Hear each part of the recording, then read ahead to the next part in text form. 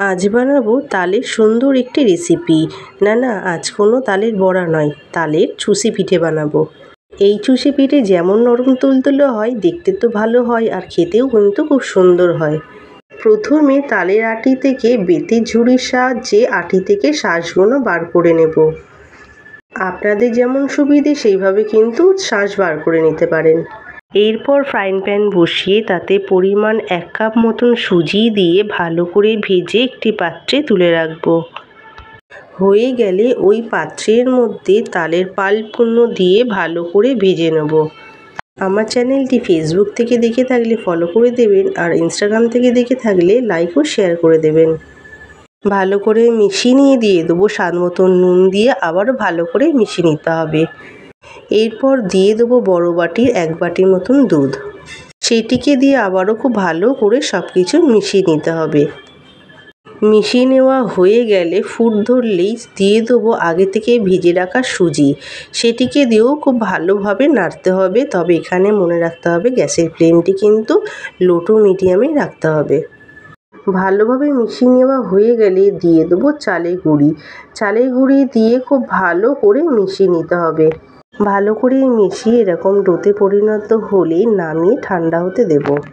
হয়ে গেলে এরপর একটি শিরা বানাবো। তার জন্য একটি কড়াই বসিয়ে নেব, তাতে 3 বাটির মতন চিনি দিয়ে নেব আর দিয়ে দেবো পরিমাণ মতন জল দিয়ে খুব ভালোভাবে মিশিয়ে নিতে হবে।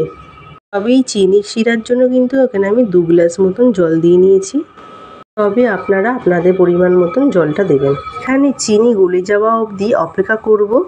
চিনি খুব ভালোভাবে মিশে গেলে দিয়ে দেবো 1 চামচ মতন মৌরি আর দেবো 3 থেকে 4টে এলাচ, তবে এলাচগুলোর মুখগুলো একটু ফাটিয়ে দিয়েছিলাম।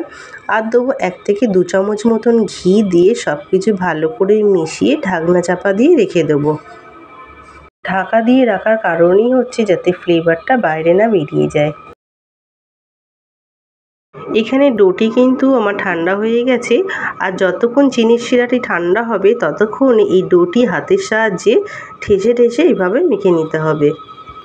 আর হ্যাঁ বন্ধুরা, এরকম সুন্দর সুন্দর নতুনত্ব রেসিপি পেতে আমার চ্যানেলটি সাবস্ক্রাইব করে পাশে বেল আইকনটি প্রেস করে রাখুন, যাতে নতুনত্ব ভিডিও সবার আগে আপনার কাছে পৌঁছাতে পারে।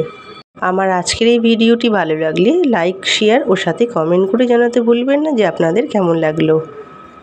এখানে ডোটি আমার খুব ভালো করে মাখানো হয়ে গেছে।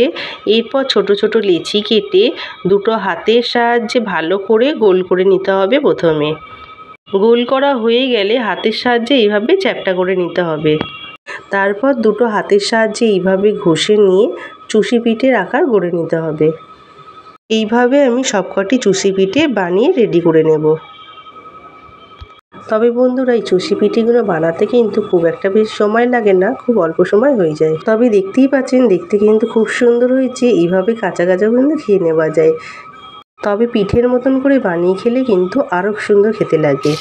তবে চুষি পিঠেগুলো ভাজার জন্য কড়াইয়ে তেল গরম করে একে একে চুষি পিঠেগুলো দিয়ে এপিট ওপিট ভালো করে লাল লাল করে ভেজে তুলে নেব।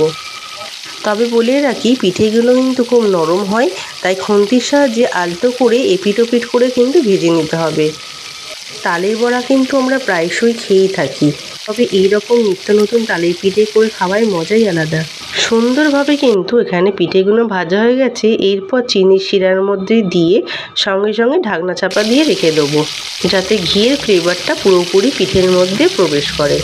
বাকি পিঠেগুলো সেম প্রসেসেই ভেজে শিরার মধ্যে ডুবিয়ে আধা ঘন্টার মতো রেখেছিলাম।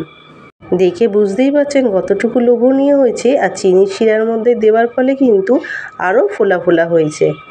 দেখতেই পাচ্ছেন পিঠেটি কত নরম তুলতুলে হয়েছে। এটি কিন্তু অসাধারণ হয়। ভালো লাগলে কমেন্ট করে জানাতে ভুলবেন না।